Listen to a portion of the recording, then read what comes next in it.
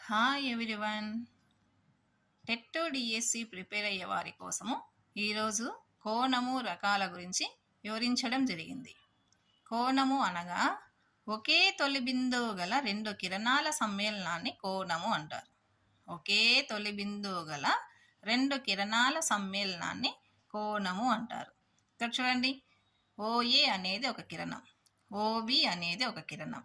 ఈ రెండు కిరణాల మధ్యలో ఉన్నది కోణము. ఈ కిరణాలలో ఒకటి తొలి కిరణం, అది స్థిరంగా ఉంటుంది. రెండవది భ్రమణ కిరణం. ఈ భ్రమణ కిరణం అనేది చలుస్తూ ఉంటుంది. భ్రమణ కిరణము అపసవ్య దిశలో తిరిగితే ఏర్పరిచే కోణము ధనాత్మక కోణము. అదే భ్రమణ కిరణము సవ్య దిశలో తిరిగితే ఏర్పరిచే కోణము రుణాత్మక కోణము.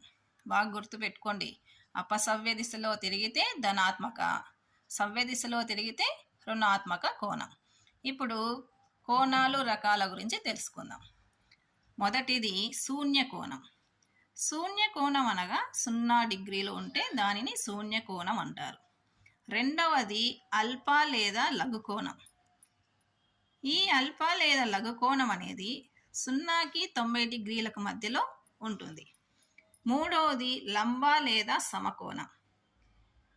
ఈ లంబ కోణం అనేది 90 డిగ్రీలు ఉంటుంది.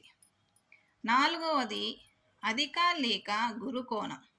ఈ అధిక కోణం అనేది 90 డిగ్రీలు మరియు 180 డిగ్రీల మధ్యలో ఉంటుంది. ఐదవది సరళ కోణం. ఈ సరళ కోణము 180 డిగ్రీలు ఉంటుంది. ఆరవది పరావర్తన లేదా అధికతర కోణం. ఈ పరావర్తన కోణము 180 డిగ్రీలు మరియు 360 డిగ్రీల మధ్యలో ఉంటుంది. ఏడవది సంపూర్ణ కోణం. సంపూర్ణ కోణం అనగా 360 డిగ్రీలు. బాగా గుర్తుపెట్టుకోండి, శూన్య కోణం అనేది 0 డిగ్రీస్, లంబ కోణం అనేది 90 డిగ్రీస్, సరళ కోణం అనేది 180 డిగ్రీస్, సంపూర్ణ కోణం అనేది 360 డిగ్రీలు.